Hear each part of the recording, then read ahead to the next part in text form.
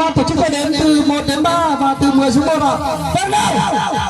1, 2, 3, 10, 9, 8, 7, 6, 5, 4, 3, 2 dưới. 1. Quý vị cho tất cả vào đây thật mến nữa để chúc phúc cho anh rồi đi ạ. Rất là kính thưa các vị các quý thân mến, vừa rồi thì những cái hôm mà rất là ngọt ngào, đầm thắm, cháy bỏng của đôi bạn trẻ đã dành tặng cho nhau rồi đúng không ạ? Vâng, nhà nhiếp ảnh của chương trình đã chụp được những kiểu ảnh vừa rồi chưa ạ? Đã chụp được chưa quý vị ơi? Vẫn chưa chụp được. Vậy thì sau đây thì cho phép ban tổ chức tôi sẽ kính mời cô dâu. Vâng, cô dâu sẽ đáp trả lại chú rể của đôi hôn. Quý vị có đồng ý không ạ? Nếu đồng ý cho một tràng pháo tay thật lớn đó. Vâng. Trong giây phút ở đây thì chú rể chỉ được phép đứng im mà đứng sát vào nhau chút nữa, sát vào nhau chút nữa đấy ạ.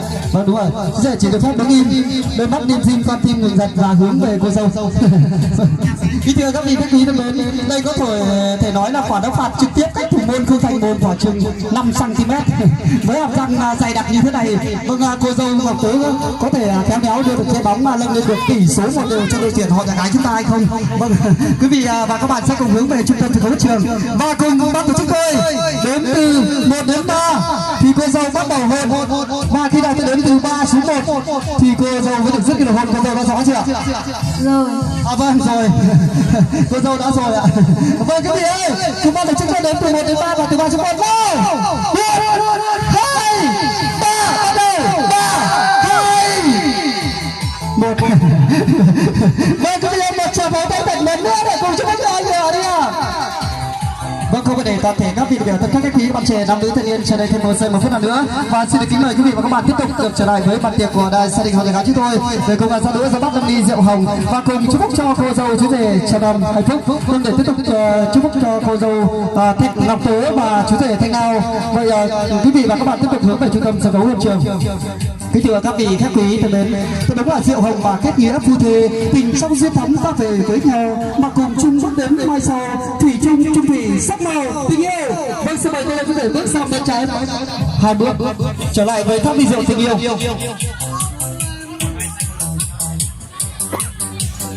Vâng, xin mời cô dâu chú rể sẽ bước sang bên trái 2 bước và trở lại với tháp ly rượu tình yêu, và xin mời chú rể sẽ bóc cho champagne đầu tiên.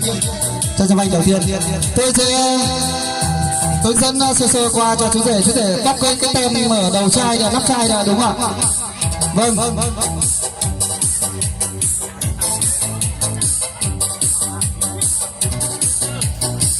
Vâng, chú rể bóc bỏ cái nhãn tem ra phía ngoài đi ạ. Bóc hẳn cái tem ra bên ngoài đi ạ. Vâng đúng rồi. Và trong đó thì có một cái khóa đúng không ạ? Có một cái khóa ở nắp chai. Đây. Chú rể xoay cái lắp ra. Vâng, sóc thật mạnh cũng được. Sóc thật mạnh vào. Sóc thật mạnh. Sóc như chưa từng được sóc vậy, sóc thật mạnh vào. Vâng, sau đó chú rể sẽ dùng tay vặn cái khóa ở bên phía cuối nắp chai đúng không ạ? Vặn ngược kim đồng hồ.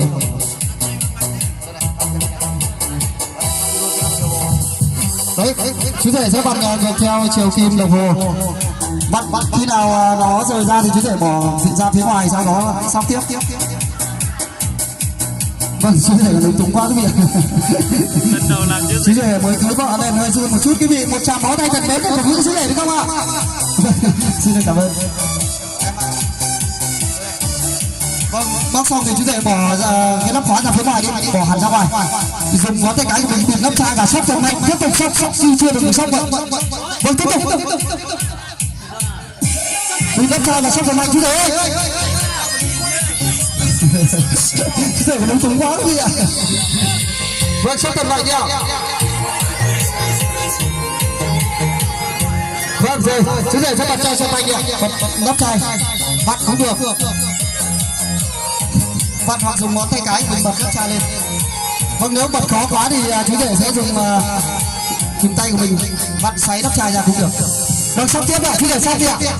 Sóc tiếp tục sóc. Vâng đúng rồi. Vâng, quý vị đã cho một tràng pháo tay thật lớn nữa để cùng chúc phúc cho chú rể. Chú rể đã thành công trong chai champagne đầu tiên rồi đúng không ạ? Vâng, xin mời chú rể tay cho tay cùng rót để thắp ly rượu tình yêu. Vâng, kính thưa các vị đại biểu khách quý thân mến, những dòng rượu đang được chảy xiết từ phí như nước và mật ngọt, nước để tô đường cho cuộc đời thêm tươi sáng, mật để tô đường cho hương vị cuộc sống mai sau. Và từ đây các bạn sẽ cùng chung sống với nhau đến đầu bạc Đắk Nông. Quý vị hãy cho một tràng pháo tay thật mềm nữa để cùng chúc phúc cho anh nhỏ đi ạ. Vâng, xin được cảm ơn quý vị các bạn rất nhiều. Và xin mời cô dâu và chú rể tiếp tục bật lốc chai sâm banh thứ hai. Chai sâm banh thứ hai này thì cô dâu chú rể sẽ rót ra 2 cái ly tôi để phía bên ngoài ạ. Vâng, xin mời chú rể tiếp tục bật chai sâm banh thứ hai đi ạ.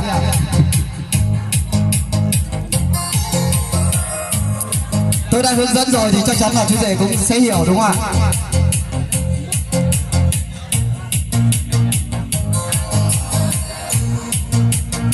Vâng, quý vị và các bạn, một lần nữa chúng ta không ngần ngại rút những chiếc máy điện thoại iPhone 5, iPhone 6 1100 chúng ta cũng sẽ rút ra ngay để cùng chụp ảnh và lưu giữ là những ảnh đẹp nhất cũng như đáng nhớ nhất của buổi trưa ngày hôm nay.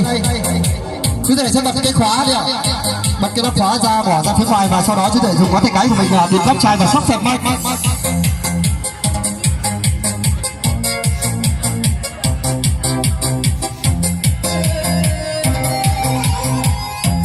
Vâng, chú rể dùng ngón tay cái của mình và sóc thật mạnh đi ạ. Vâng, đúng rồi, sóc thật mạnh. Đúng rồi, sóc mạnh nữa. Lần đầu tiên được sóc nên cố gắng chú rể sóc thật mạnh. Vâng, sóc ra. Vâng, sóc một lần nữa đi ạ. Vâng, sóc một lần nữa. Vâng, từ nắp chai và sóc một lần nữa đi ạ.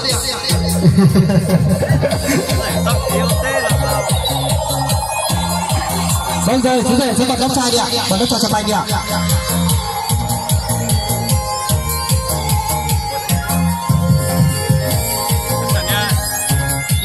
Chú rể dùng ngón tay của mình xoay được mà. Đấy, đúng rồi, xoay kéo lên mà lên ngay mà. Đấy.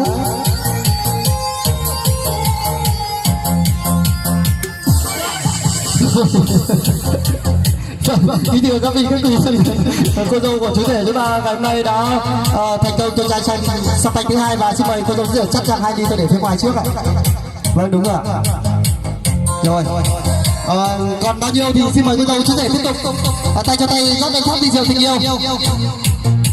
Kính thưa các vị đại biểu khách quý thân mến, đúng là nếu em là chén rượu đào anh chưa nhấp miệng mà lòng đã say, mà nếu em là chén rượu cay mà anh xin nhấp miệng để say xét đề, ly rượu say thấm tình chồng vợ mà ly điều hậu giàu kính chúc mẹ cha vì con cha mẹ chóng già ân sâu nghĩa nặng như là biển khơi. Và xin mời cô dâu chú rể sẽ nâng 2 ly rượu lòng ngàn hạnh phúc của mình bước ra trung tâm thi đấu trường để cùng quắc tay nhau và cùng sa bôi ly rượu hồng ngàn hạnh phúc. Vâng, xin mời cô dâu chú rể ạ, nâng 2 ly rượu nâng ly rượu của mình ra phía trung tâm thi đấu trường đi ạ.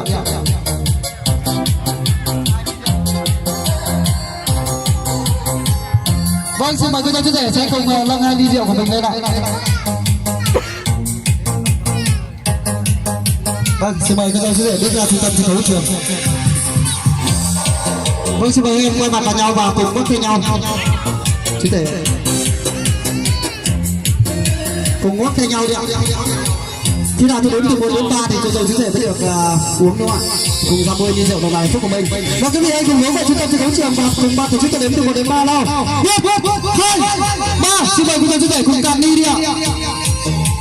Quý vị các bạn cho một tràng pháo tay thật mến để cùng chúc phúc cho hai người đi ạ. Vâng, xin được cảm ơn quý vị các bạn rất nhiều. Và kính thưa các vị khách quý thân mến, để tiếp tục trở lại với chương trình và chúc phúc cho bạn trẻ Trà Đăng hạnh phúc. Vâng.